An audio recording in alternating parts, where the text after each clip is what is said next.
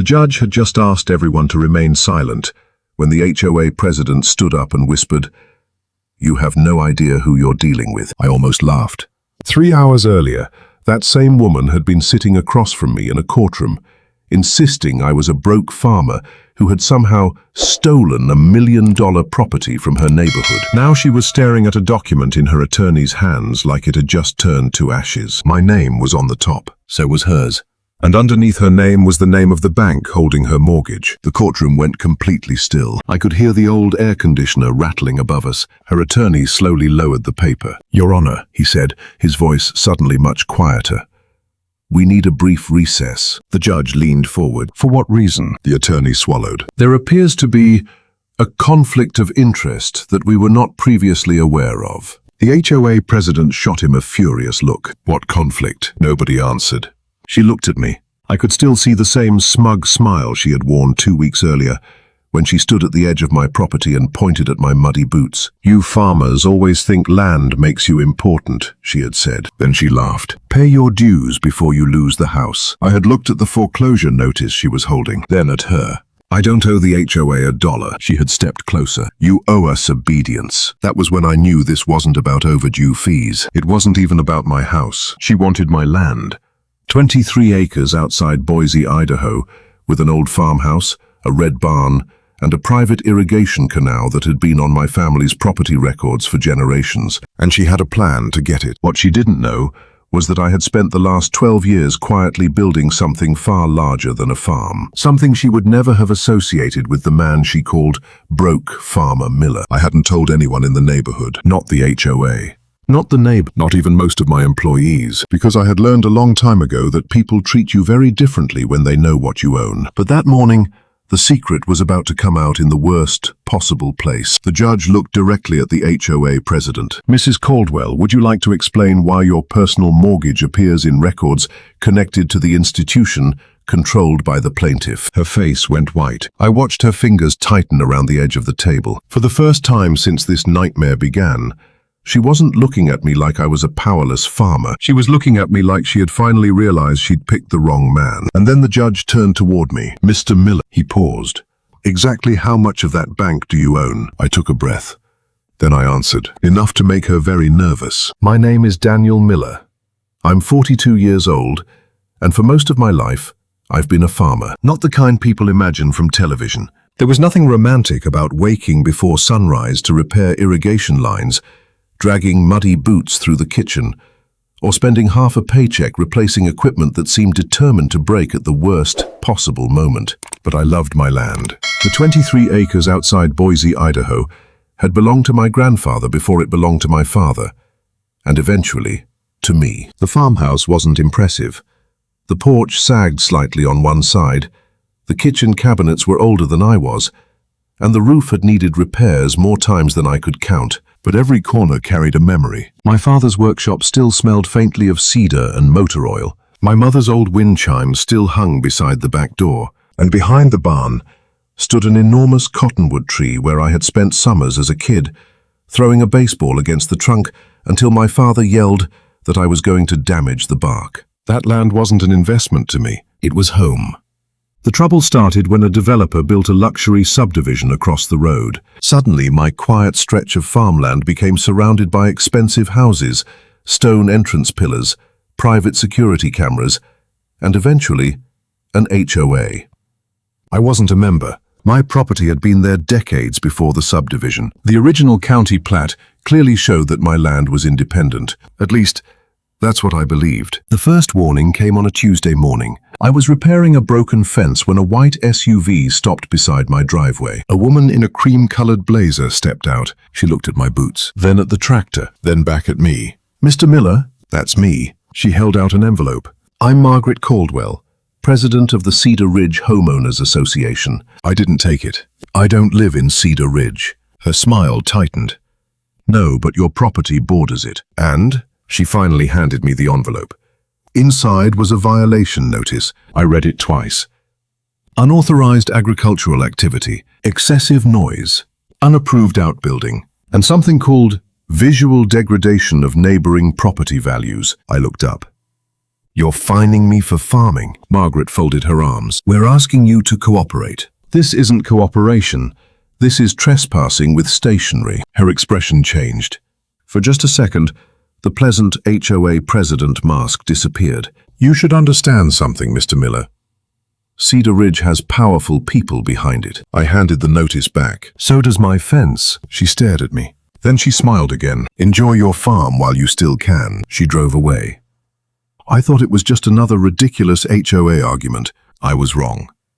3 days later, I found orange survey flags running straight across my property, and attached to my barn door was a second envelope. This one contained a foreclosure notice. My house wasn't supposed to have a mortgage. I had paid it off 11 years earlier. So I stood there in the dirt, staring at that paper, trying to understand how someone had managed to put a debt against a property they didn't own. Then I noticed the signature at the bottom, Margaret Caldwell. And that's when I realized she hadn't come to negotiate. She had already started taking my property. I drove straight to the county recorder's office with the foreclosure notice folded inside my jacket. For the first time in years, I wasn't thinking about crops, irrigation, or the weather. I was thinking about one question. How could someone put a mortgage on a property they didn't own? The clerk pulled up my parcel number and frowned at the screen. Mr. Miller, there's something unusual here. I leaned toward the monitor. What? She pointed at a document recorded 6 months earlier. A lien had been filed against my property. The claimant was Cedar Ridge Homeowners Association. My stomach tightened. That's impossible. I never signed anything. The clerk nodded slowly. I can see that. Then remove it. She gave me an apologetic look. That's not how it works. You'll need to challenge it legally. I walked outside, feeling like the ground beneath me had shifted. By the time I reached home, Margaret Caldwell was already waiting beside my driveway. This time, she wasn't alone. 2 men in dark jackets stood behind her. One carried a clipboard. The other had a camera. Margaret smiled. You've been busy. I shut off my truck. Get off my property. She didn't move. You've been notified that your property is subject to Cedar Ridge's development restrictions. I've been notified of a lot of things. She held up another document. This is your final compliance notice. I laughed. You can't regulate land you don't own. Her eyes hardened. We're not regulating it.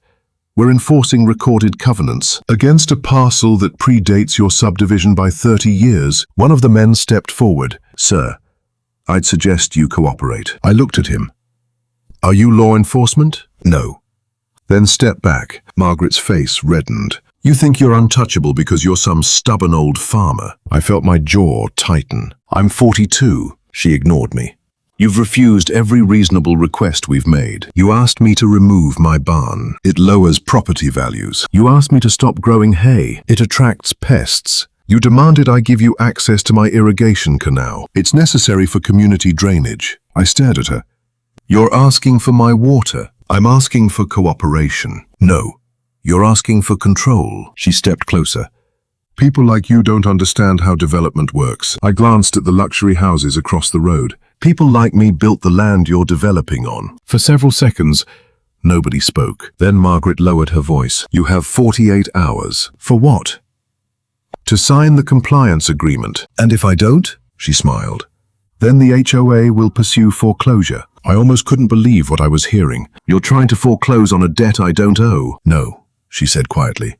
We're foreclosing on a property you don't have the resources to defend. That sentence stayed with me. Because she was right about one thing. She had no idea what resources I had. But before I could respond, a police cruiser turned into my driveway. Margaret immediately stepped aside. The officer approached. Mr. Miller, we've received a complaint regarding an aggressive confrontation. I looked at Margaret.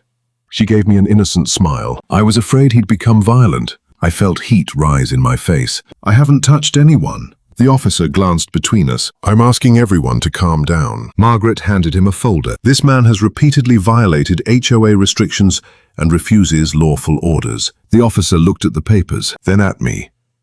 Do you have an attorney? Not yet. Margaret smiled. Then you should probably get one. She climbed into her SUV. As she drove away, I watched the police cruiser leave behind her. I stood alone beside my barn. For years I had believed owning my land meant I controlled what happened on it. Now I understood the truth. Someone had been building a legal trap around my property, long before I realized I was standing inside it. And whoever was behind Margaret Caldwell wasn't finished. That night I opened an old locked drawer in my father's workshop. Inside was a business card I'd kept for 11 years. A man named Thomas Reed, attorney, former county prosecutor, and the only person I'd ever trusted with the other side of my life. I picked up the phone. "Tom," I said when he answered, "I think someone is trying to steal my farm." There was a long silence. Then his voice changed. "Daniel, tell me exactly what they filed." I opened the drawer and pulled out the foreclosure documents. The first page made my blood run cold, because the signature beneath the alleged debt wasn't mine. But it was close enough to fool someone who didn't know me. Someone had forged my name. Tom Reed arrived at my farmhouse the next morning carrying 2 coffees, a leather briefcase, and the expression of a man who had already decided this was going to be ugly. He sat at my kitchen table while I spread the documents across the wood. He studied the forged signature for nearly a minute. "Daniel, this isn't amateur work, I know. Who knew what your signature looked like?" I thought about it. My bank, the county, my accountant, and the HOA. "No." Tom tapped the document. "Then someone had access to records they shouldn't have." That changed everything.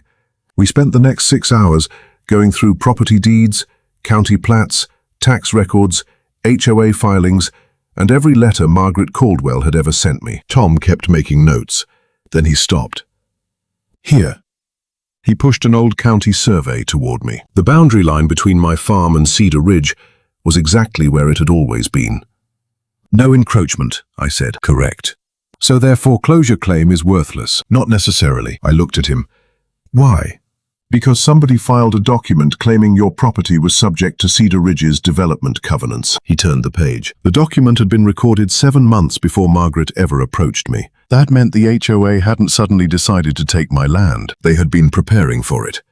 Tom called a retired surveyor named Harold Bennett, who had worked on the original county mapping project. Harold arrived that afternoon with a battered metal case. He spread an old survey map across my dining table. "Your grandfather's parcel was never part of Cedar Ridge," he said. "I knew that."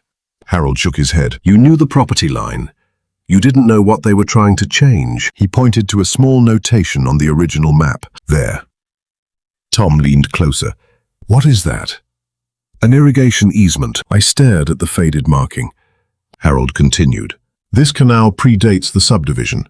Whoever controls this easement controls the primary water route, serving most of Cedar Ridge." Tom's eyes narrowed. "That's why they want his property." My stomach dropped.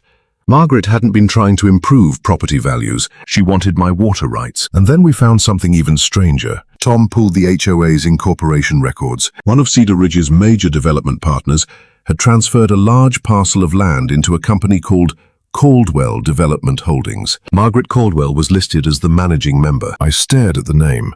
She's the HOA president and the developer, apparently. Tom wasn't finished. He opened another file.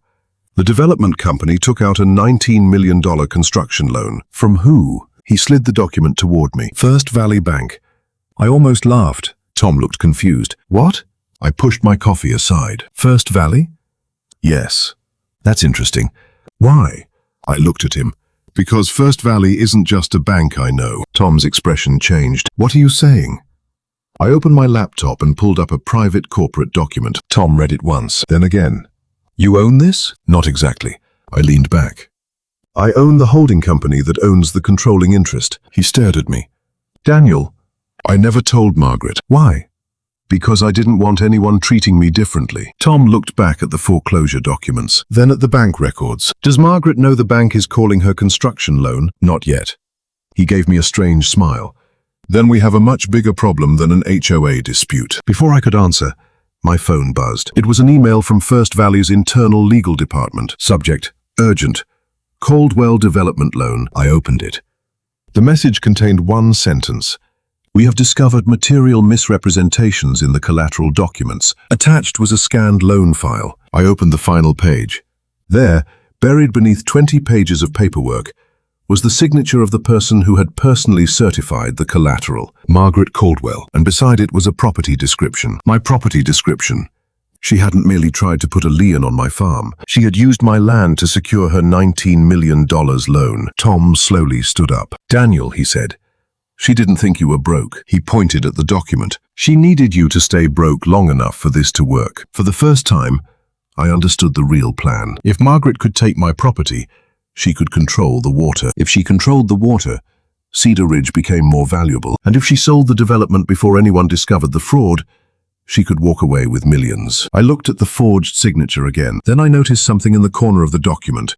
A tiny timestamp. It had been notarized at 2:14 p.m. on a day when I had been standing in front of a security camera at the county courthouse. Tom looked at me. "That," he said, "is our smoking gun." The next morning, Tom and I were sitting in his office when the county clerk sent us the security footage. I watched the screen.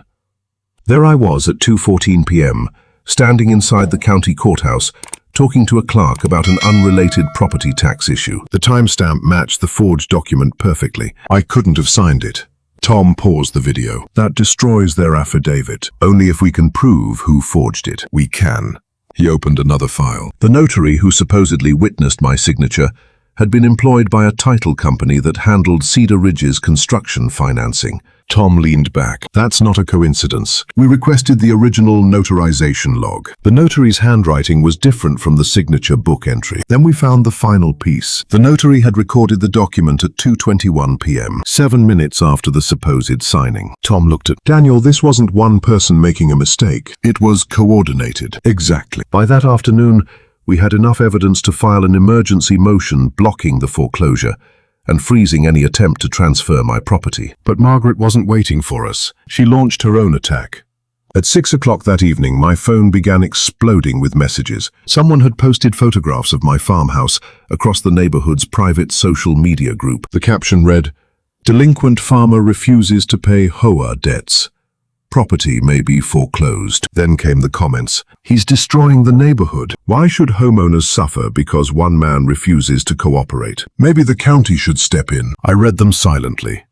Then I noticed the final comment. Margaret Caldwell.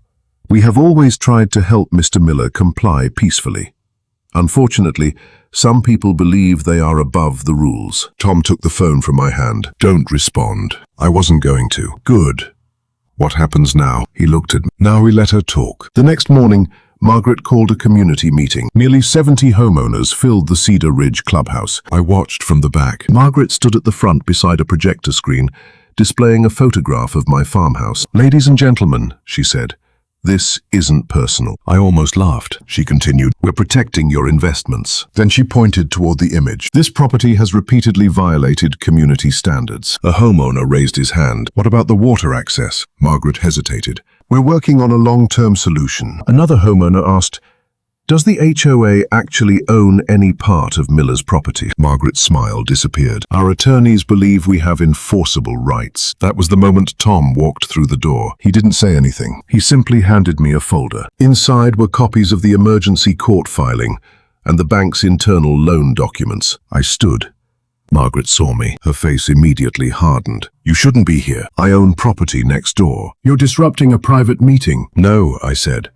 "I'm here because you just told these people you're protecting their investments." I placed a document on the nearest table. "You might want to tell them what you used as collateral for your $19 million construction loan." The room fell silent. Margaret stared at the document, then at me. "Where did you get that?" I smiled. "From the bank." Her face drained of color. "You don't have authority to access those records." "Actually," I said, "I do." She looked toward her attorney. He whispered something in her ear. She suddenly stepped backward. "You're bluffing." I shook my head. "No, Margaret. I've been quiet." I held up another document. "There's a difference." The room erupted in whispers. Margaret's attorney grabbed the papers. His eyes moved rapidly across the pages. Then he looked at her. "We need to leave." Margaret refused. "No." She looked directly at me. "You think money makes you untouchable?" "No." I stepped closer. "Evidence does." That night, Tom called. The judge granted the emergency injunction. I closed my eyes. For the first time in weeks, I felt like I could breathe. Then Tom's voice became serious. "But there's something else." "What?" "The court hearing is tomorrow." "For the injunction?" "No." He paused. "It's for the entire case." I looked at the documents on my desk. "Tomorrow?" "Yes." Tom lowered his voice. "And Margaret's attorney just filed a motion claiming you committed financial fraud." I stared at the phone. "They're accusing me?" "Exactly." I understood what Margaret was doing. If she couldn't steal my property quietly, she was going to drag my name through the mud. And tomorrow, we would walk into court with everything on the line. I exhaled. "I'm fine." The bailiff called the court to order.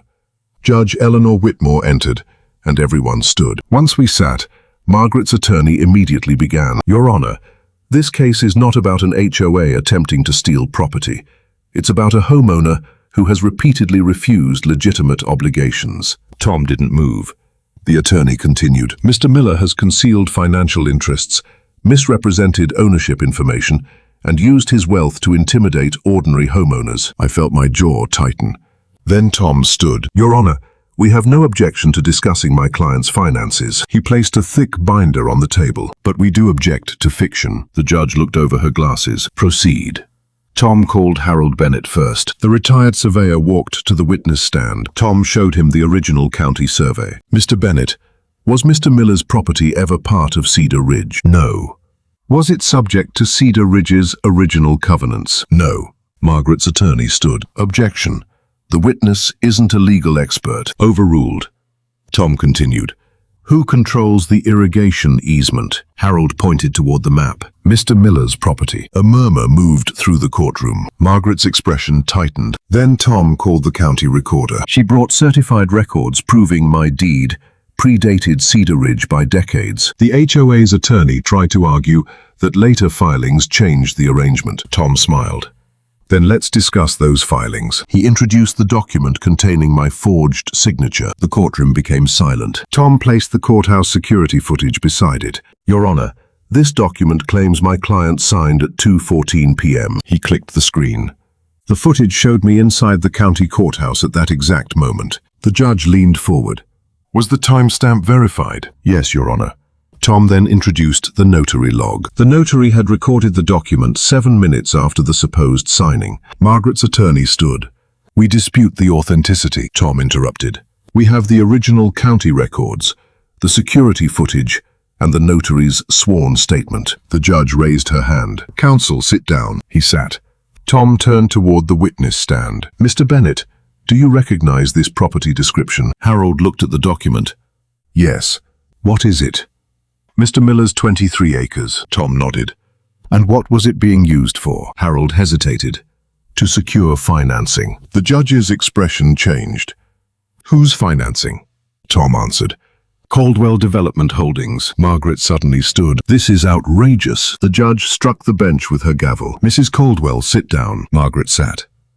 Tom wasn't finished. He called the bank's chief compliance officer. She explained that the construction loan had been secured using property documents that falsely represented ownership rights. Then came the revelation nobody expected. The compliance officer looked directly at the judge. Our review also found that the borrower represented that Mr. Miller had consented to the collateral arrangement. The judge looked toward Margaret. Did he?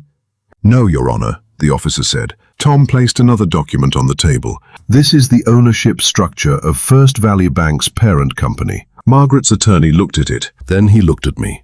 The judge studied the page. Mr. Miller, are you the controlling shareholder? Tom answered. He is. A wave of whispers swept through the courtroom. Margaret's face had gone completely pale. Her attorney leaned toward her. She whispered something. He shook his head. For the first time, I saw fear in her eyes. The judge turned toward Margaret. Mrs. Caldwell, you repeatedly accused the plaintiff of being financially incapable of defending this property. Margaret said nothing. You also alleged that he lacked the resources to challenge your foreclosure. Still nothing. The judge looked down at the bank documents. Yet your organization obtained financing from an institution controlled by the very man you were attempting to dispossess. Margaret's lips trembled. That isn't relevant. It is extremely relevant. Her eyes moved across the page. Then she looked directly at Margaret. Counselor, she paused. You may want to reconsider your client's testimony. Margaret stared at the judge. What does that mean? The judge placed the document on the bench. It means I have just received evidence that directly contradicts your client's sworn statement. Margaret's attorney closed his eyes, and I knew we were seconds away from hearing the truth she had spent months trying to bury. The judge reached for her gavel. I'm prepared to issue my ruling. The courtroom went completely silent. Judge Whitmore looked down at the documents one last time. Then she looked directly at Margaret Caldwell. I have reviewed the deed records, the notarization records, the county survey, the security footage, and the financial documents submitted by both parties. Margaret sat perfectly still. The confidence she had carried into the courtroom was gone. The judge continued. The evidence demonstrates that Mr. Miller's property was never legally incorporated into Cedar Ridge's Homeowners Association. A few people behind Margaret exchanged nervous looks. Furthermore, the judge said, the purported lien against Mr. Miller's property was based upon a document containing a fraudulent signature. Margaret's attorney lowered his head. I felt my shoulders finally loosen. But the judge wasn't finished. The court therefore declares the lien invalid and permanently prohibits Cedar Ridge Homeowners Association from attempting to enforce its covenants against Mr. Miller's property. A homeowner whispered, "Oh my God." Margaret suddenly stood. "But Your Honor." "Sit down, Mrs. Caldwell." She froze. The judge turned toward her attorney. Additionally, the court finds substantial evidence suggesting that the plaintiff's property was improperly represented as collateral in connection with Caldwell Development Holdings construction financing. Margaret's face went white. The judge ordered the fraudulent documents referred to the appropriate authorities for further investigation. Then came the financial consequences. The HOA was ordered to reimburse my legal expenses. The lien was removed. The foreclosure action was dismissed, and Cedar Ridge was prohibited from interfering with my irrigation easement. But the biggest shock came afterward. First Valley Bank's board suspended the $19 million construction loan pending a complete fraud investigation. Without that financing, Caldwell Development Holdings couldn't continue construction. Within weeks, contractors stopped working. Half-finished houses sat behind temporary fencing. For years, Margaret had told everyone she was protecting property values. Now homeowners were watching their neighborhood project collapse because of the very scheme she had claimed would make them rich. Some of them came to my farm. One older couple stood at my gate. The husband removed his baseball cap. "Mr. Miller," he said, "we owe you an apology." I nodded. His wife looked embarrassed. "We believed her." "I understand." "No," she said, "we should have asked questions." That stayed with me, because Margaret hadn't fooled everyone through force. She had fooled people by giving them something they wanted to believe. A simple story. A broke farmer was causing problems. The HOA was protecting them, and the people with the most confidence in the room must be the ones who were right. But confidence isn't evidence. A month later, Margaret resigned as HOA president. The association hired an outside management company and began auditing years of financial records. Several homeowners filed civil claims against the HOA. The developer's project was eventually sold to another company, which redesigned the community without touching my land. As for me, I went back to farming. One morning, I stood beside the barn watching the sun come up over the fields. Tom walked over carrying 2 coffees. "You ever think about selling?" I laughed. "After all that? Just asking." I looked across the property. "No." He smiled. "You know what the funniest part is?" "What?" "You were sitting on a fortune the entire time, and she still thought you were broke." I shook my head.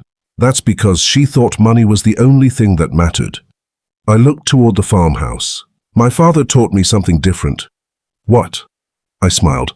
"Never confuse someone's appearance with their worth." Tom handed me the coffee. We stood there quietly. For the first time in months, there were no threatening letters, no survey flags, no lawyers waiting at my driveway, just the sound of wind moving through the cottonwood trees. My property was still mine. My family's land was still standing.